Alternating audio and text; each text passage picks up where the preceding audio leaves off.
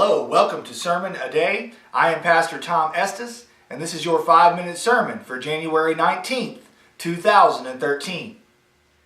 The title of today's message is, Gideon's Weaponry Still Works. If you remember, when Gideon was working with the Israelites, they were in a great bind. You had the Amalekite army had lined up against them, and the Bible says that their army was so great that it was as the sand of the sea. I don't know about you, but it would be difficult to count all of the sand in the sea. That's how large the Amalekite army was. Yet Gideon, as we know, God was not content to let Gideon go down with a full army. He dwindled his army down from many thousands all the way down to 300. And then when you take a look at those 300, you thought, okay, well, let's hope they're heavily armed. Let's hope they've got the best swords. Let's hope they've got the best shields because they're going to need it. No, they actually weren't heavily armed at all. And they were given weaponry that's actually pretty interesting when you think about it. They were given a trumpet, they were given a broken pitcher, and they were given a lamp.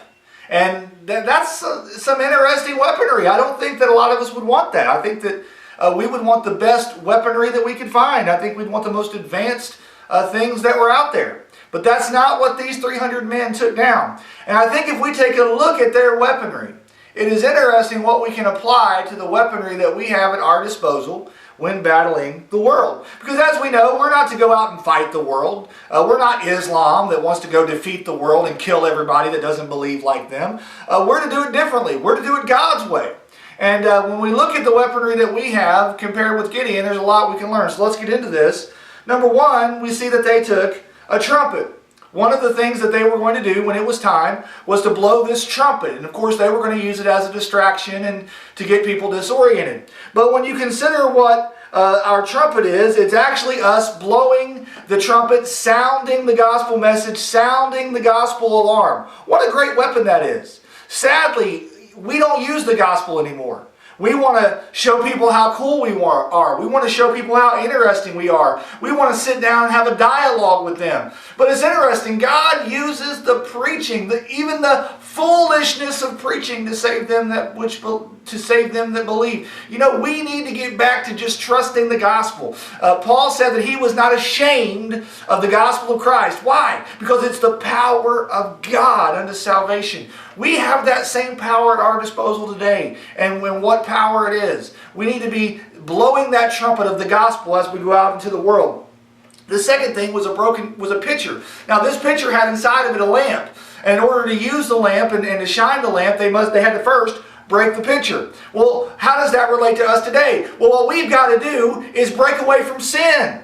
And Christians today we wonder why God's not using us. We wonder why we don't have joy in our walk. We wonder why we just don't seem to get much out of church anymore. Well, more than likely, Christian, it's because you've got sin in your life. And if you're letting sin go unchecked, go unconfessed, go undealt with in your life, you're not going to be used of God. He's going to put you on the shelf, and that's a place where none of us want to be. None of us want to be put on the shelf. None of us want to just go through life as a Christian not being used. It's a very sad place to be. But if you'll make every effort, beg God to help you, break away from that sin, you'll be amazed at how God will use you. And then that leads to that third weapon that they had, which was that lamp.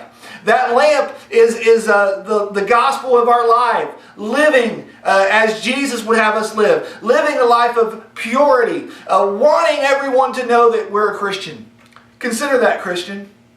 When is the last time that you went out in the world and thought to yourself, I want to make sure that everybody who sees me knows that I'm a Christian? You see, sadly, many who claim the name of Christ today, it's the last thing they want anyone to see. It's the last thing they want anyone to know. Most of these mega churches, most of this nonsense, not real, fake Christianity, what they want to show is how much they're like the world. They want everybody to say, hey, I'm just like you and I love Jesus, man. It's awesome. No, that's not Christianity. Christianity is showing that we're different. Christianity is showing that God has done a work in us. Christianity is showing that they should have what we want. Not because we are better, but because we are better off. So in review, are you using the weaponry that God gave you? Are you using the gospel? Are you sharing it with everyone that you meet? Are you trying to break away from sin? Are you trying to live a life that shows the power of God on you? You know, it's interesting, using Gideon's weaponry, God defeated that army. And I believe that Gideon's weaponry will still work today. Let's trust God and let's use the weaponry that He has given us and watch God do great things in the world around us. Okay, so that was your message for January the 19th, 2013. I hope that you'll give those things some great consideration, because I believe God will bless you if you do. Please check out our website, southsidewinterhaven.com. Please check out our Facebook page, facebook.com/Southside Baptist Church FL. You'll be able to get our updates if you do that. And then also, if you're ever in the Winter Haven, Florida area, we'd absolutely love to have you come and visit with our church. God bless you and have a great day.